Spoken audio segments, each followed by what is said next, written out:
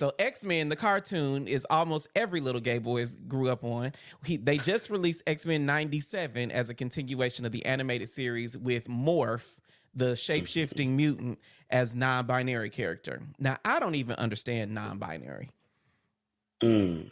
Do you? S- I get what non-binary is. I think I'm just the type of person, if you tell me how you want to be addressed, that's how we're gonna go about it.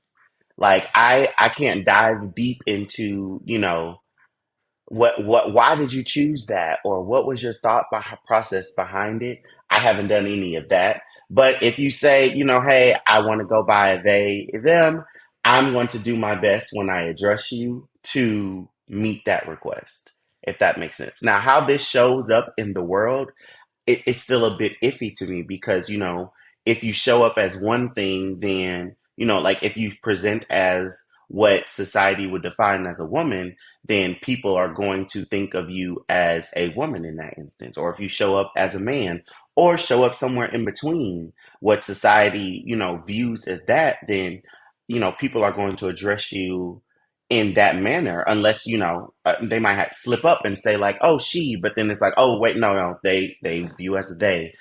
But it's But I hard. mean, but the problem that I have, like, I understand what it means because again, this is cis privilege. I'll acknowledge that I got Hmm. cisgender privilege, but Yes, I we fully both do. understand what it means to feel like a man. Like, I am a man, I feel like a man, and those things are aligned.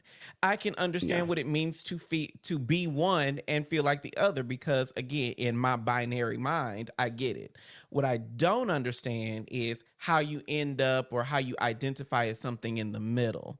That still bakes my noodle a little bit. Now, to yeah, your point, I do respect someone if they decide they want to, if someone says that my pronouns are they them, sure. I can yeah, respect that, but deep in my head I still don't get it. I authentically do yeah, not get it. And I don't know how to I don't know how to resolve that. Now, the fact that Morph is now the interesting thing about that is the fact that Morph, who is a shapeshifter, is hmm, non-binary absolutely makes sense to me because Morph as yes. a mutant is can be a woman here, a man there, and it's still the same person. It makes so much sense.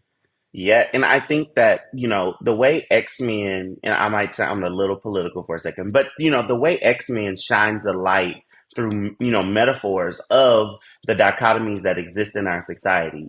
Like they Hmm. say like X-Men kind of depicts different um social what's the word? Social activism, right? Yeah. With Professor X, leaning to the more peaceful, whereas Magneto is very much, we're gonna meet your violence with Professor X is violence. Dr. Martin Luther King, and Magneto Exactly. is Malcolm X or Huey Newton or somebody who wants to burn this whole bitch down. I'm here for it. Exactly. I'm So here I for it. I It feel, makes sense. using art to explain culture makes sense.